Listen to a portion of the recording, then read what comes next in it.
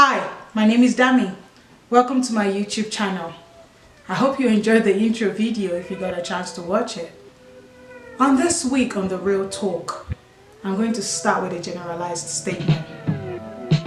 Forgive me if it doesn't apply to your husband, but really I'm going to state that most husbands, if not all husbands, wants to be their wife's hero.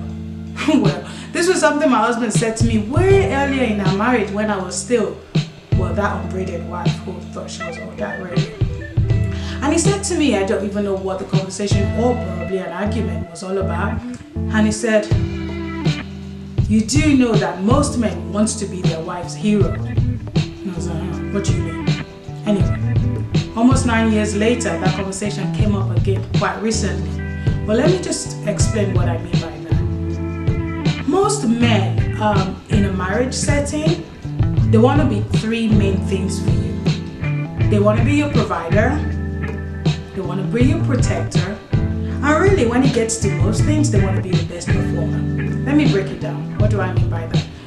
Provider, in this day and age, I know the men are the provider can be quite old school to some, but believe me when I say this to you, most men still want to feel like they're providing for their family. And this is a conversation that I've had with my husband, I've had with friends, I've even had with my brother, whereby all the men that I've spoken to, they have quite high achieving women. But the one thing they don't want is to feel like they're not able to provide for their homes or for their spouses. Well, you're like, well, she can provide for herself and she can provide equally. And that is true, but there is still a need in most men that I've spoken to anyway to want to provide for their family. So I'll give you an example as how this played out in our marriage. So I would say this was about 5 to 6 years ago when we were planning to make the transition from Sweden to from the UK to Sweden. So I had been given a fantastic opportunity to do a postdoc with AstraZeneca in Sweden. And at this time, I didn't have a job in the UK. My husband had a job. So of course, being the awesome support that he is, his idea then was, of course, you go get that opportunity, and we moved to Sweden. So that's the dude who wants to protect me, who wants to make sure that my future is provided for, and that I'm able to pursue my career path and I can take up this position in AstraZeneca in Sweden. But there is also a need in him to want to be the provider for our home. This is where the protector clashes with the provider. So he wants to provide. He has a job in the UK. I have a job in Sweden. To provide, he would need to stay in the UK and keep working. To protect, he would probably need to be in Sweden with me so that he's there on the ground.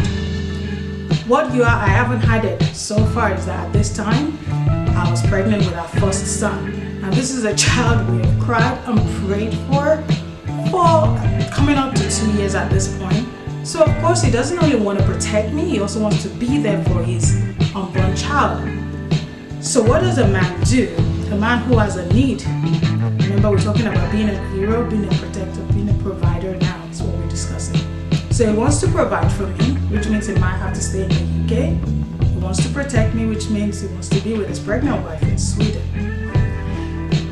The thing that I learned in that season is that one need doesn't invalidate the other, and it takes a man who really knows his identity in Christ to be able to weigh and see which of this kind of hero needs is willing to kind of put on the shelf or put aside to provide what his family needed at that time. And what we needed from my husband at that time really was to provide himself and make himself available for us and not provide just financially. And I bless God that at that time, albeit a very difficult decision, he did put his hero need of providing financially aside to be a hero in making himself available for us in person. So I learned that actually my husband having that hero need, he could kind of change it around to, okay, I cannot currently provide financially, but I can provide by being there. So he provided for us in that way, and he provided for us by supporting me in that season. Was it easy? It wasn't easy. And on my next video, I'll go through the lessons I learned and how I was still able to validate his hero need in that kind of different season where it was mostly doing a providing for us in being there for us, not financially, but it was also protecting us in that it was the winter, it was there for me. It was able to do all the grocery shopping and all the running around that a pregnant working girl couldn't do. So it was there.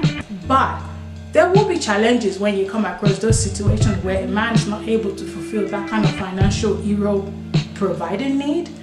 But if you as a wife have all the kind of humility and all the other skills to still validate all the hero needs, I promise you that you will still have joy and find joy in that season. So that's kind of sharing my example of when my husband has needed to fulfill his hero need, but he's had to put one aside for another. There is the hero need of wanting to protect. And in general, I know that many of us women now are now super strong, either physically because we've done sports and we've just trained ourselves to be physically strong and we can defend ourselves. But I promise you, your man still wants to protect you, or at least feel like he can protect you. And the way this plays out in our home really is that from day one that we've been married, I don't think I have ever one day needed to check that our doors are locked. And I make a joke in our house now that, oh, Baba, security, have you done your security checks? And of course it's always, yeah, or I'm about to go do it now. So for my husband, how that plays out is every night, he ensures that our windows are locked, our doors are locked, he will double, triple check it. And this is having a security system with alarms and, I don't know, cameras, but he will still go and physically check each door and the windows to make sure that it's locked. And I absolutely honor him for that, because I have had conversations with friends who, back in the day when we all didn't have homes that have these high-tech security systems, they didn't get that done for them. And this is probably because of some form of brokenness, and the man himself where he expects the wife to go check doors and protect herself in that way. But in the general sense, the man wants to have the kind of endorsement or the empowerment to say, actually, babe, I do want you to be able to protect me, rather than the other aspect of it where we women, we could be like, well, I'm strong enough, I can do it all by myself, and you don't really give him the honoring that you want him to do it and you want him to be there for you in that way.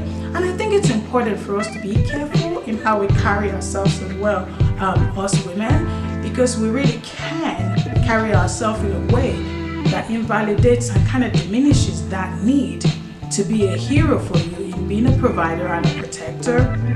The last aspect is the need of a man to want to be the best performer. So I said this to my husband and he was like, oh, I don't think so. Everyone cannot be good at everything. So I explained to him what I meant. Okay, yes, everyone cannot be good at everything, but I promise you, your man does not want you to rub in his face those things he's not good at, because he still wants to feel like he can try to do it or he can try to achieve it. The example of this in our family would be DIY. So I'm the DIY person. I'm the person who will go for the screwdriver before you even think something is broken. The minute it starts to flash, I'm like, ooh, let's find out what's wrong with it. My husband, on the other hand, is a lot more reserved. Like, okay, let's wait. Maybe we have some friends who might be able to do it. Well, earlier in marriage, he used to kind of just err on my nerves, like, something is broken, why wouldn't you just put a screwdriver to it and fix it? But the attitude at which I would address it would just make him feel like, well, you know, it's not my kind of initial go-to. But I changed quite a number of years ago where it wasn't, why can't you just fix it? It's, okay, how can we look into it together? Or, okay, I know how to do it. You do the heavy lifting, or say we want to put up a cutting rail. I'll read the manual, or we want to build a shelf, or I'll read the manual and I will tell you step by step how to do it, but you still have to hold the screwdriver and you have to hold the hammer or whatever. But I supported him in a different way, rather than the, what's wrong with you? Why can't you just get on and do it? A, B, C, D, Smith that I know can do it, or just start this kind of comparison of, well, most guys that I know can can do DIY, or ooh, that our friend built his own shed. Rather than approaching it that way, you'd say, okay, this is a project we need to do, like build a shelf for our son, for example. And it comes with a manual. So babe, I'll read the manual and I can tell you kind of step by step how to build it. And it would amaze you when you start to give a guy a chance to explore that need to perform, how much he can actually do. Because my husband, who's gone from, oh, I'm not really good at DIY, through kind of affirming that I know you want to be good at this, I know you want to try, you just haven't had a chance to learn the skill, and supporting him. He's gone from I can't do DIY to building like a whole fence, and he's done it and done it so beautifully, and he took so much pride in doing it, hence the performer in him. You should see him posing for pictures and just having fun. We had fun going to shop for the woods and the things he's learned in that time. Well, did he perform? He performed excellently. Was it something he thought he was good at? No. Was it something I thought I could probably conquer? Yes. But I had to step back to enable him to perform in this aspect that I'm addressing. So there's a need for your husband or your boyfriend or your fiance to want to protect you. There's a need to want to provide for you. There's a need to want to perform. Be it in an example that I'll give him in terms of he wants to build stuff and he wants to do stuff he might not know how to, but I promise you there is that need to want to do all these three things. And it's just how we help our men to realize that we see the hero that they are already, and we see the hero that they want to be. Husbands want to be our hero in really three main aspects. They want to be our provider, our protector, and they want to be good at performing in whatever it is aspect, maybe in their career, doing DIY, dancing, whatever it might be, they want to be the best performer. And I think the one thing that I've learned in my experience is that we are all still growing, so it would be possibly, it's possible that your man, same as my husband, is not the perfect hero in all three aspects.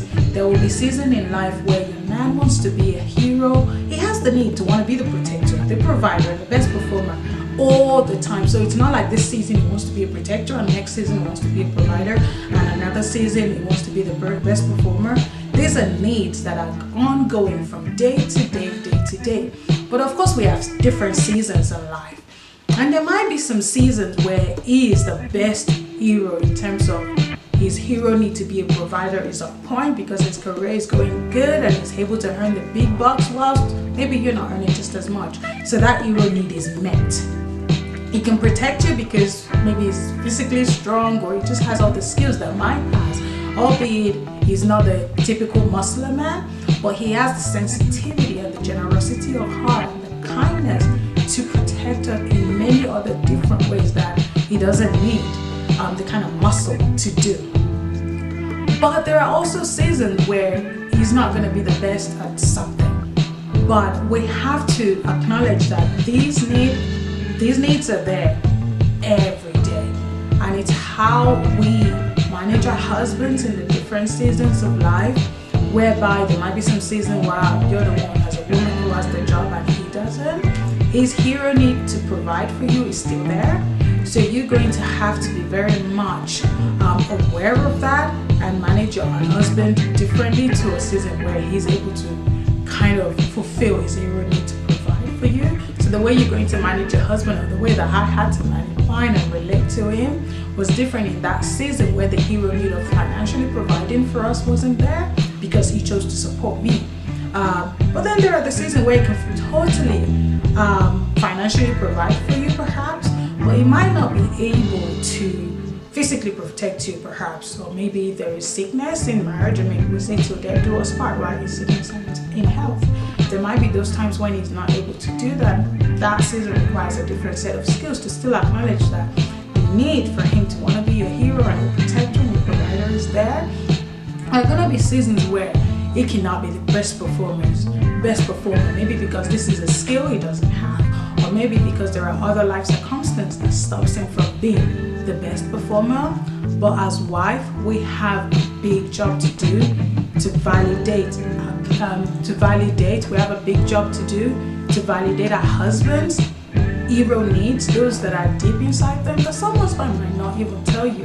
I was fortunate that mine made it clear to me earlier on, and it will often remind me that he does want to be the hero. He does want to be my hero, and honestly, I embrace it because I get to kind of outline what I want, how I want, and literally just put my hero to work. And he goes about his day with his hero cape, just making it happen. So I get to be quite a strong, blessed, fulfilled woman by acknowledging that my husband is my hero and letting him be the hero that he wants to be. Is it always easy? No. My example of DIY still stands. There are many times that I just want to jump in and take over.